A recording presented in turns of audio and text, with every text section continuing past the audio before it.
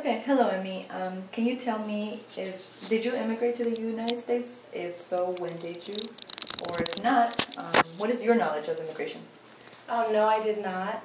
But I'm in a capstone right now for SSIR that we just had our presentations earlier, and we've all focused on immigration. So we've been kind of working with it throughout the semester. Various groups in our SSIR interviewed immigrants in Richmond. My group studied like the effects of bilingual education and immigrants on the economy. So I have a little tiny bit of experience, but definitely not as much as if I had immigrated myself. Okay. So what is your stance on immigration, and more specifically on undocumented immigration and the current debate on the immigration reform? I think that it's a broken system that definitely needs to be reformed. I'm not sure if I necessarily agree with any of the reforms, whether they're too liberal or too conservative, but one of the reforms that one of the groups in my SSIR proposed, which I thought was really interesting, was granting more of the one-year temporary work permits that allow immigrants to cross, like in border towns, to cross daily, so to come work and then to go back home. I think that's a really good, at least temporary solution. I definitely think that our country is a nation of immigrants, and we need immigrants to do certain jobs that Americans just won't do. And some people say, oh, you raise the wages, and they will. But I think that the way we've been socialized, a lot of Americans won't take those jobs because they think they're above them, and that's a problem with our culture as well. But the fact that there are people that are willing to do these jobs right now, I think that when people fail to recognize that, that's a really big problem. When people are like, oh, well, if we paid people more, Americans would do this. I think that's just a misconception.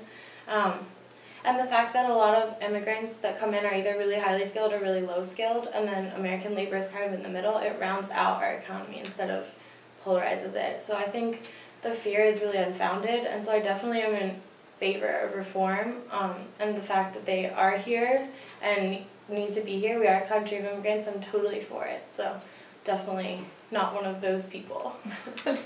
Okay. So as you may know, over the years, there's been a change in the political climate, and it has led to changes in immigration law, and the public attitude about immigration in general has changed. For example,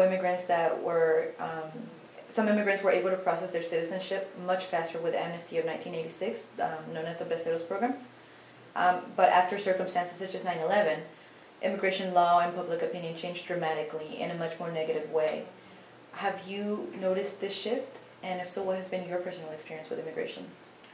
Yes, I have noticed it. Obviously, we weren't around to notice those earlier changes, but it has become a lot stricter. My experience isn't actually with Mexican-American immigration, but it's actually Lubna, one of my friends who's in my SSIR.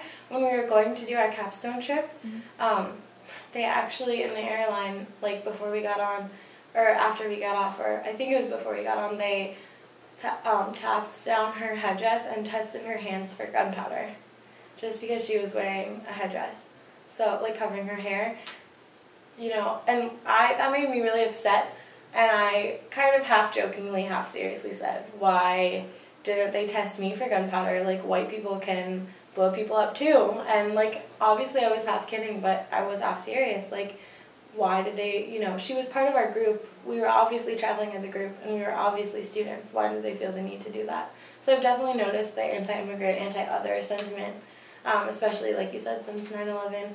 And I'm sure that there are many, many other instances like that.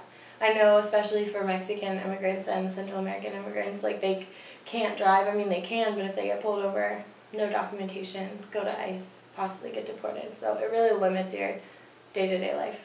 Okay. Can you tell me how the current immigration process to obtain citizenship works? I can't, but I know that it's really complicated because someone else in my SSIR showed a chart of all the flow chart of the arrows, so I guess I'm aware of how it works and I've seen it, but I don't think anyone can truly describe it because it's so bureaucratic. And there's so many different kinds, there's the permit for going back and forth, and the temporary, and then the permanent residence, and then citizenship, and I honestly think it needs to be a lot more transparent so everyone can say yes to that question. Okay.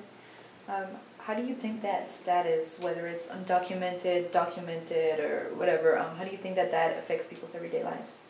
Jobs, most importantly. You guys, I'm sure, know about Vargas. and how the journalist that was undocumented, and how he basically had to lie his whole entire life. Either you lie or you get jobs that you can be abused in or that are low status, low paying. So that's really a dichotomy that's not good for anyone. So definitely affects everything. Okay. All right, Emmy, well, that's all we have for you. Thank you for your time. Thank you.